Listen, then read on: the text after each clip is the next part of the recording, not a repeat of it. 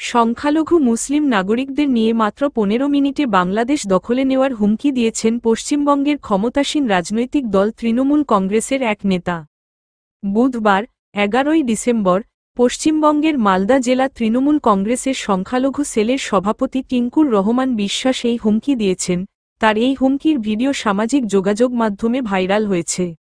তৃণমূল কংগ্রেসের সংখ্যালঘু মুসলিম সেলের সভাপতি টিঙ্কুর রহমান বিশ্বাস বলেন, গতকালও আমাদের চোখে পড়েছে বিএনপি নেতা আমাদের রাজ্যের মুখ্যমন্ত্রীকে ব্যঙ্গ করছিলেন।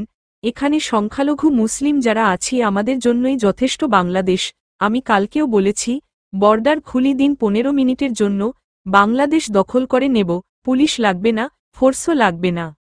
তিনি বলেন, যে নিজের জাতির পিতাকে চেনে না, মূর্তি ভাঙে তাদের কাছ থেকে আর কি আশা করতে পারি। ১৫ মিনিটের জন্য খুলে দিক বর্ডার, পুলিশ লাগবে না। আমরা যারা সংখ্যালঘু মুসলিম আছি পশ্চিমবঙ্গে আমাদেরই যথেষ্ট দখল করা বাংলাদেশ। ঔদ্ধত্যপূর্ণ মন্তব্য করে তৃণমূলের এই নেতা আরও বলেন, গোটা ভারতবর্ষ লাগবে না, আমরা ৩২ কোটি মুসলমান থাকি ভারতবর্ষে, এত জন লাগবে না, আমরা পশ্চিমবঙ্গের মুসলিমরাই দখল করে নিতে পারব। বাংলাদেশের সংখ্যালঘুদের ওপর কথিত নিপীড়নের অভিযোগের ঘটনায় প্রতিবেশী ভারতের রাজনীতিকদের বিতর্কিত মন্তব্য থামছেই না। বিশেষ করে পশ্চিমবঙ্গ রাজ্যের মুখ্যমন্ত্রী মমতা বন্দ্যোপাধ্যায় ও বিরোধীদল বিজেপির নেতা শুভেন্দু অধিকারী প্রায় প্রত্যেক দিনই বাংলাদেশ ইস্যুতে বিতর্কিত মন্তব্য করছেন। এবার মমতার দলের জেলা পর্যায়ের এক মুসলিম নেতা বাংলাদেশ নিয়ে বিতর্কিত এসব মন্তব্য করেছেন।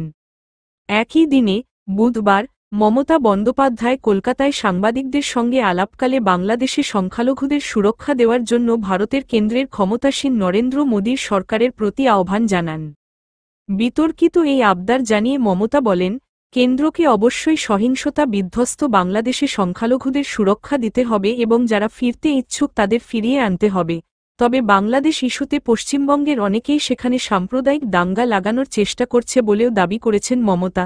পশ্চিমবঙ্গের এই মুখ্যমন্ত্রী বলেছেন, কিছু অংশ সাম্প্রদায়িক উত্তেজনা ছড়ানোর চেষ্টায় উদ্দেশ্যমূলকভাবে ভুয়া ভিডিও প্রচার করছে।